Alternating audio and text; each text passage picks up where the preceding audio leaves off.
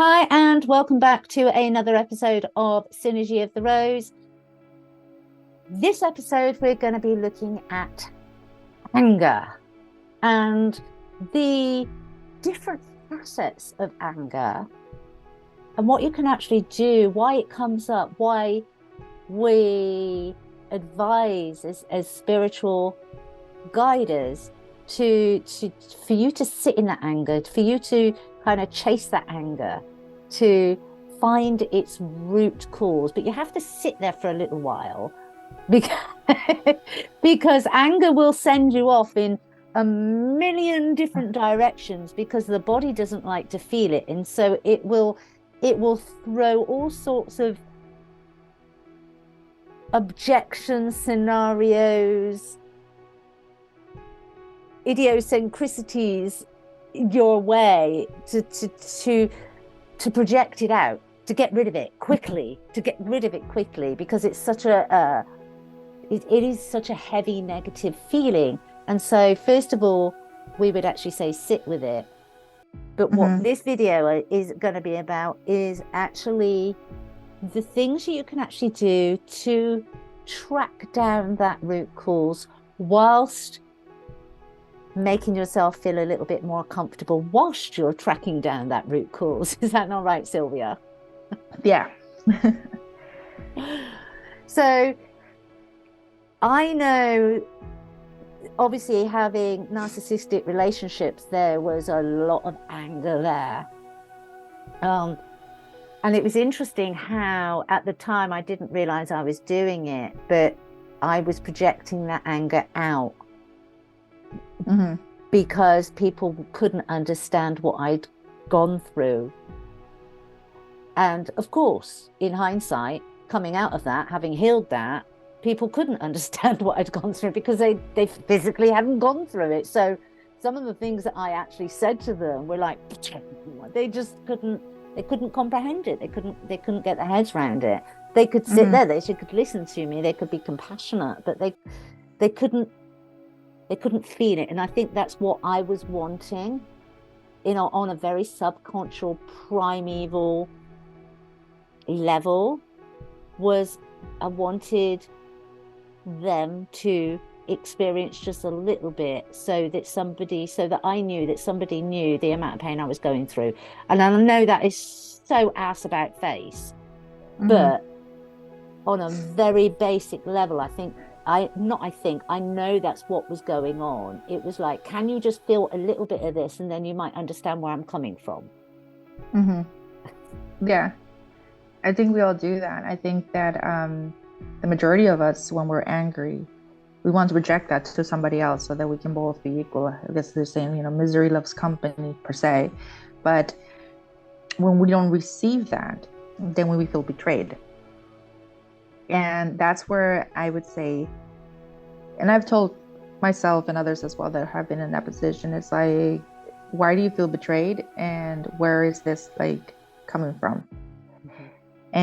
And last year, just like you, I went through a phase where I was just so angry, almost at the world, because I was just, going, and people think, well, you're a healer. You guys can just, no, it doesn't work that way. If that was the way, everyone would be happy, but it is, when you're starting to heal, there are phases and there are things that are going to come in the past that you haven't healed. And then when those arise, you're shown with this fear, and that fear projects into anger, and you don't know where that's coming from. You just know that there's something is not right within yourself, and the world can't help you, and therefore you're angry. And you see, like, you think that everyone's against you and no one understands you. And no matter how much you scream, shout, and say, or even repeat the same thing over and over and over and over, that they just don't get it, or they don't want to. And for me, my experience, it was that, like you said, they can't, because they haven't been through that experience. It's physically impossible. So for my reality hit was that I needed to come to terms with this anger and sit with it and find out where it started from and why. one of the things that I used to do, which I know it's really hard for someone to do, is meditation, because the last thing you want to do is meditate when you're angry and pissed off. But, And it does help. But there is a big but, isn't there? Because it is the best. It is the best. The way I did it was I sat in a very dark, cold place because I felt lonely. So I needed to resonate that with how I felt, because I needed to push myself so uncomfortable that I needed to see the why. And it brought me to different scenarios that I had completely forgotten and that rose to the occasion. And sometimes we are triggered by things that are completely unexpected. And then I need to know why I was triggered by someone's word or choice of words.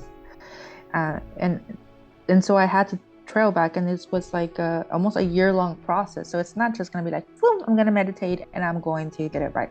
It's a everyday, long year process, and be willing to sit with that anger and that ugliness, I would say, because you have to sit with it and understand it.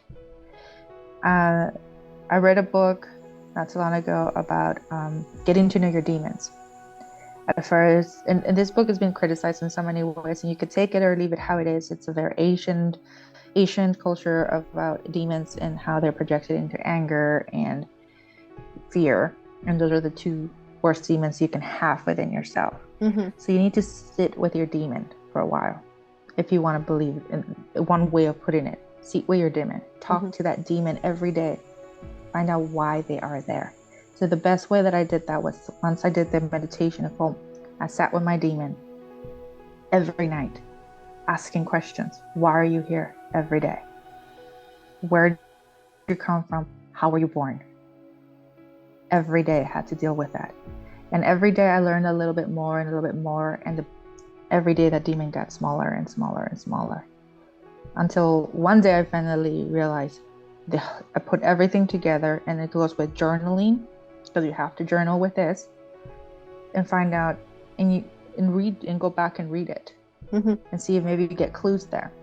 Dreams are another way. Find out your dreams, journal them.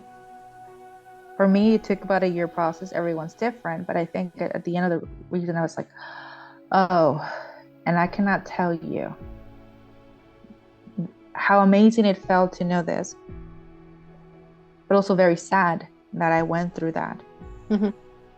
And also sad as well that I have put so many people in jeopardy because they couldn't see eye to eye with what I was feeling. And understanding them now and having like the empathy of saying, oh shoot, I put you in a really difficult position. So I'm sorry for that.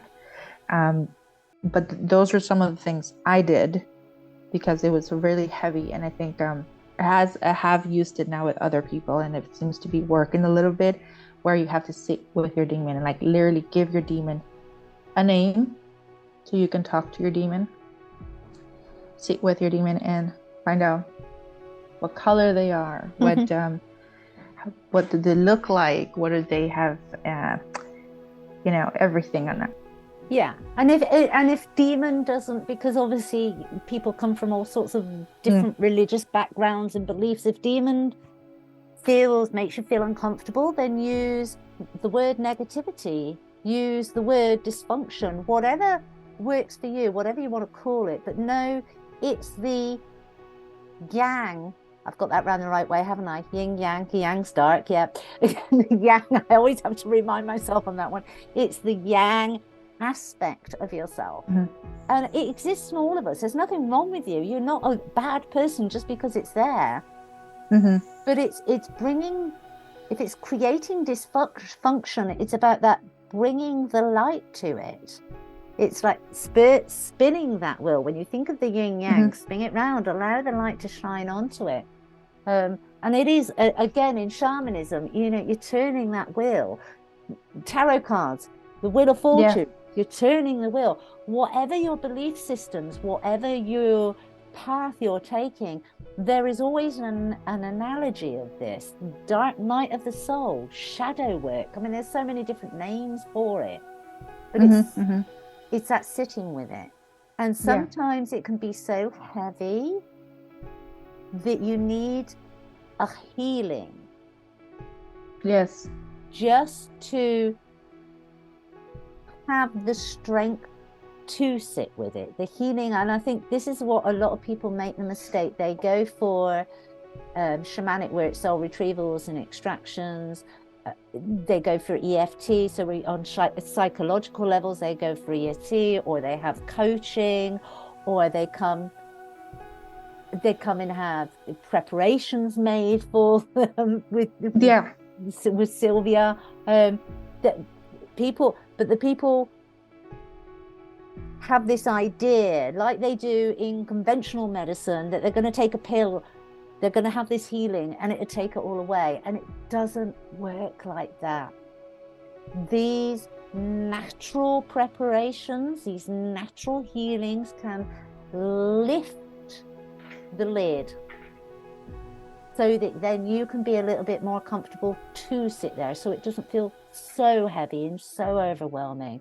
So if it is a subject, if it is a demon or a negativity that feels so heavy and so overpowering, you feel you need a bit of healing, first of all, go and get that bit of healing, but understand that the healing is not going to take it away completely, because you can take it away energetically, but you, we, me, Sylvia, have to do the individual work, the mental work, and nobody can do that mental work.